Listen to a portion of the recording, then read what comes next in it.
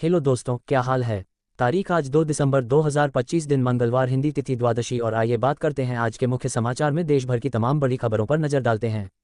देखिए दोस्तों, एक तो आज की जो द्वादशी तिथि है इसे मत्स्य द्वादशी के रूप में मनाया जाता है, क्योंकि आज ही के दिन भगवान विष्णु ने मत्स्य अवतार लिया था और इसलिए उनके इस अवतार की पूजा भी की जाती है। और वहीं आज के दिन भारत में राष्ट्रीय प्रदूषण नियंत्रण दिवस के रूप में भी मनाया जाता है।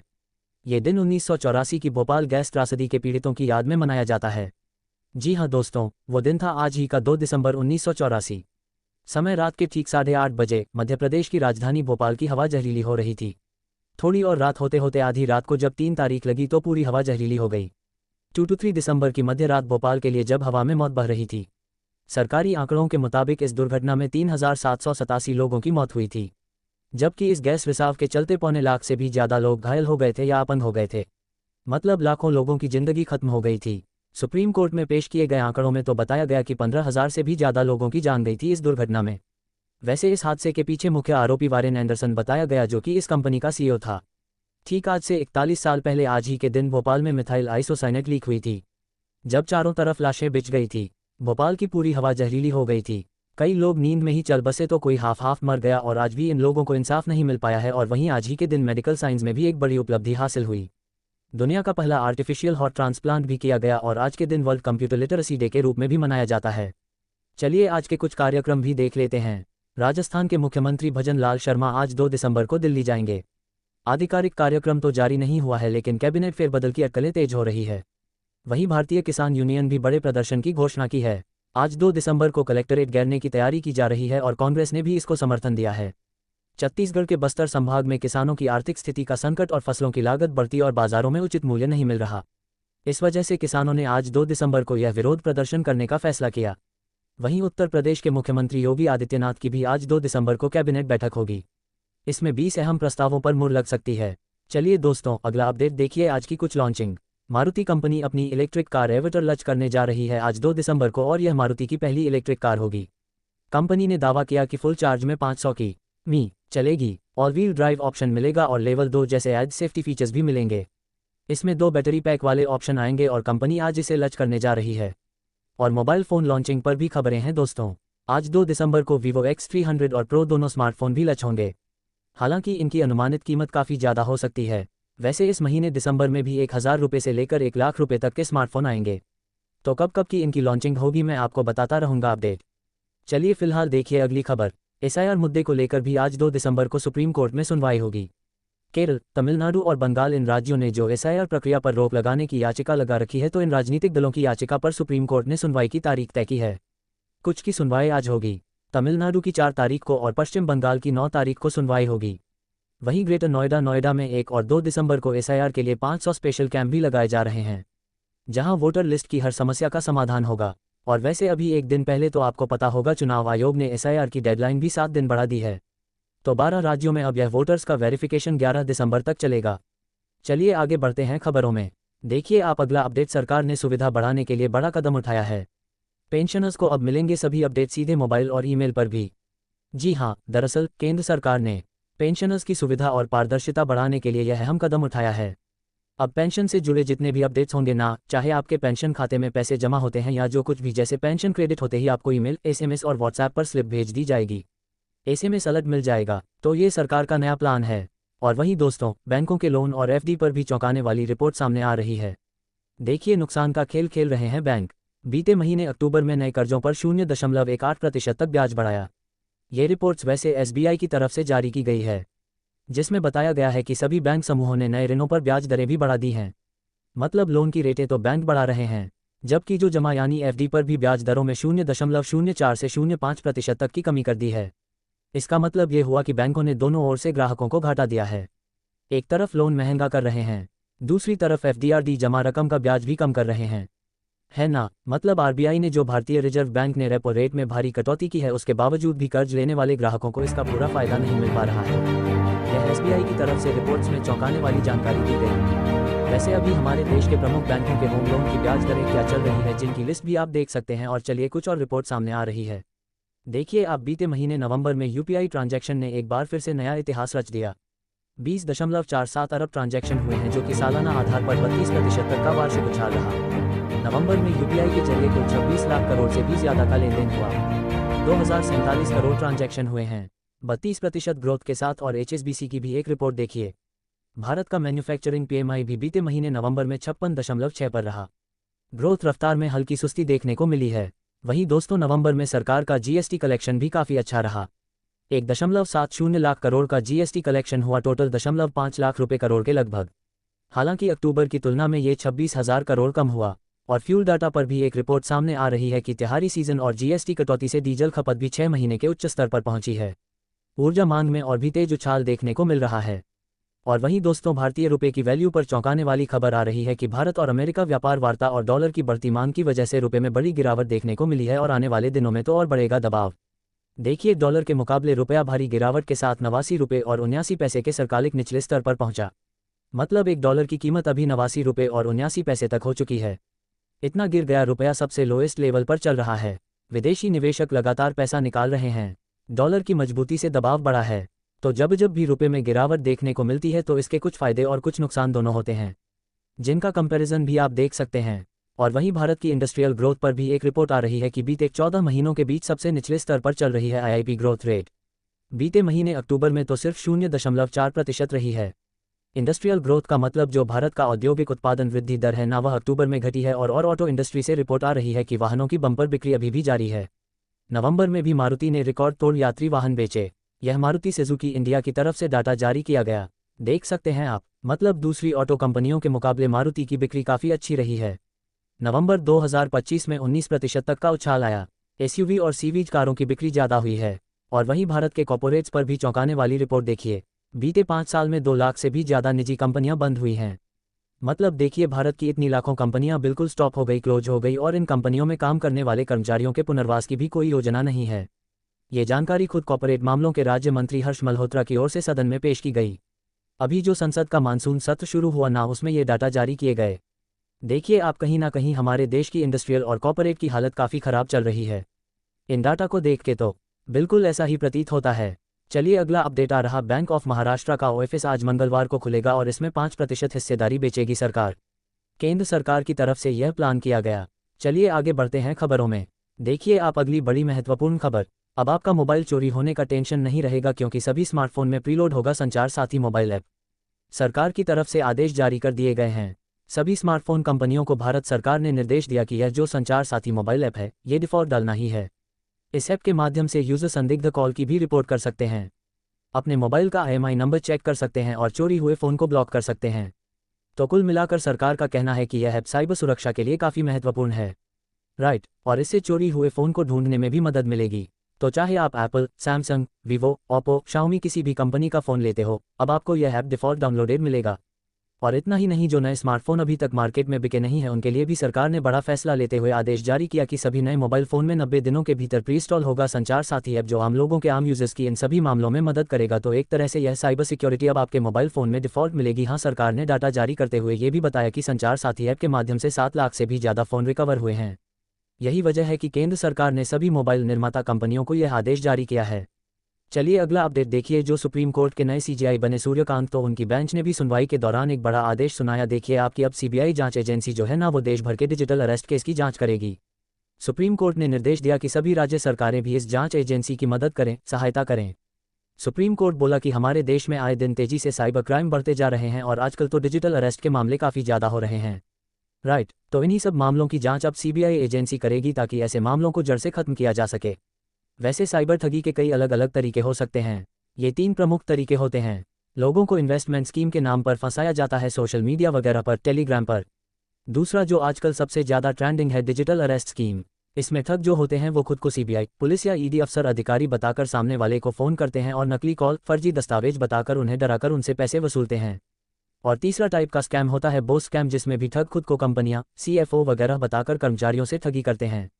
रोजाना मैं आपको इस तरह की खबरें बताता रहता हूं कि सावधान रहा करो दोस्तों। ये देखिए, यूपी के फतेहपुर में अभी कल ही अंतर्राष्ट्रीय साइबर गैंग ने ATS तो कभी CBI बताकर ठगे 18 करोड़ रुपए। इस बड़े ग्रुप का खुलासा किया है यूपी पुलिस ने। नोएडा से यह धरे गए, दुबई व कंबोडिया से भी जुड़े इनके तार मिले हैं। अंतर्राष्ट्रीय गिरोह चलते हैं ऐसे पूरे संगठन। तो इनको अभी गिरफ्तार कर लिया और आरोपियों के पासपोर्ट भी जब्त कर लिए गए हैं। एक और मामला देखने को मिला हैदराबाद में भी। देखिए, फर्जी कॉल सेंटर का पर्दाफाश हुआ। इस मामले में भी 9 लोगों को गिरफ्तार किया गया। ऑस्ट्रेलियाई नागरिकों से यह यहाँ बैठकर 10 करोड़ रुपए ठगे। 12 कंप्यूटर और 7 मोबाइल और चेकबुक भी जब्त हुई। तो साइबर ठगों से सावधान रहें, सतर्क रहें दोस्तों, है ना। चलिए अगला अपडेट देखिए। सोना चांदी के भाव पर खबर आ रही है कि सोना 229 रुपये बढ़कर 1,29,000 रुपये प्रति 10 ग्राम पहुंच चुका है। एक ही दिन में भारी बढ़ोतरी देखने को मिली सोने और चांदी दोनों में। चांदी का भाव एक ही दिन में 10,821 रुपये बढ़ा और फिर से चांदी की कीमत 1,75,000 रुपये प्रति किलो पहुंच चुकी है। 45 लाख रुपये हो गई एकदम से एक ही दिन में। चांदी इतनी महंगी हुई, जबकि इससे पहले चांदी की कीमत 1,64,000 रुपये के आसपास ही परसों के दिन तो चांदी तो फिर से नए ऑल टाइम हाई के पास पहुंच चुकी है। और बाकी सोने की कीमत अलग अलग कैरेट के हिसाब से क्या चल रही है आप स्क्रीन पर देख सकते हैं। वहीं दोस्तों मॉर्गन और गोल्डमैन सैक्स ने भी सोने की प्राइस को लेकर एक चौंकाने वाली रिपोर्ट जारी की कि अगले साल 2026 तक सोना 1,600 रुपये तक जा सकता है, यानी अगले साल भी गोल्ड प्राइस में तेजी का अनुमान है। जेपी मॉर्गन समेत कई सारी सर्वे एजेंसियों का ये कहना है। चलिए अगली खबर देखिए। दिसंबर महीने की शुरुआत के साथ ही दोस्तों जेट ईंधन की कीमतों में 5.4% की बढ़ोतरी हुई और कमर्शियल एलपीजी गैस सिलेंडर भी 10 रुपये सस्ता हुआ। तो जेट ईंधन की कीमतें बढ़ने की वजह से हवाई कंपनियां अपना टिकट वगैरह बढ़ा सकती हैं और कमर्शियल एलपीजी गैस सिलेंडर जो 19 किलो वाला आता है ना, उसकी कीमतों में 10 रुपये प्रति सिलेंडर की कटौती हुई है। हालांकि हमारे घरों में जो खाना बनाने वाला घरेलू रसोई गैस सिलेंडर होता है 14 किलो 200 ग्राम वाला, उसकी कीमतों में कोई बदलाव नहीं हुआ है। मैंने आपको बताई थी डिटेल जानकारी कल दिन में ही डीएलएस न्यूज़ चैनल पर। घरेलू गैस सिलेंडर के रेट्स अभी भी देश के अलग अलग शहरों में क्या चल रहे हैं आप देख सकते हैं। और बाकी यह जो कमर्शियल गैस सिलेंडर के दाम लगभग 1 रुपया और 50 पैसे तक घटे हैं। उसके बाद दिल्ली, कोलकाता, मुंबई, चेन्नई वगैरह में कमर्शियल एलपीजी सिलेंडर की प्राइस क्या चल रही है ये भी आप देख सकते हैं।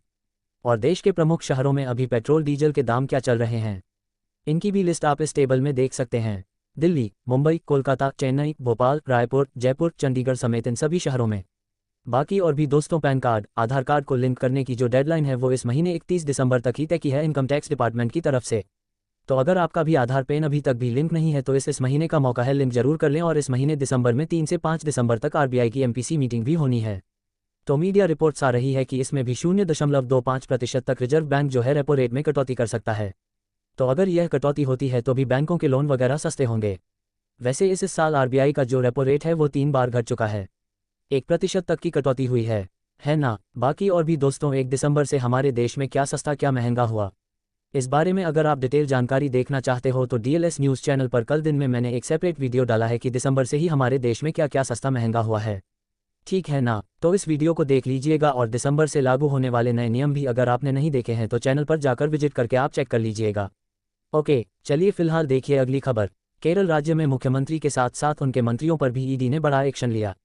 केआईएफबी मसाला बॉन्ड मामले में 466 करोड़ का नोटिस जारी किया। और वहीं बड़ी खबर आ रही है कि अब और महंगे होंगे तंबाकू और पान मसाले। टैक्स नियमों से जुड़ा विधेयक लेकर आई सरकार। जी हां, संसद के शीतकालीन सत्र के पहले ही दिन लोकसभा में केंद्र सरकार की तरफ से यह नया विधेयक पेश किया गया। इस कानून के तहत तंबाकू, पान मसाला वगैरह पर अतिरिक्त शुल्क लगाने का प्रस्ताव रखा है सरकार ने। वैसे इस बिल का पूरा नाम है स्वास्थ्य सुरक्षा से राष्ट्रीय सुरक्षा उपकर विधेयक। तो सरकार का प्लान है सिगरेट, गुटखा, पान मसाला वगैरह, इन पर जीएसटी टैक्स को भी 28 से बढ़ाकर 40% किया जाएगा। और इसके अलावा भी देखिए संसद में वंदे मातरम को लेकर भी होगी तकरीबन 10 घंटे की विशेष चर्चा, जिसमें पीएम मोदी भी शामिल होंगे। लोकसभा में ये चर्चा करने के लिए सरकार प्लान कर रही है और केंद्र सरकार ने विपक्ष को ये भी कहा कि हम एसआईआर मुद्दे पर भी बहस करने के लिए तैयार हैं, लेकिन समय सीमा न थोपें।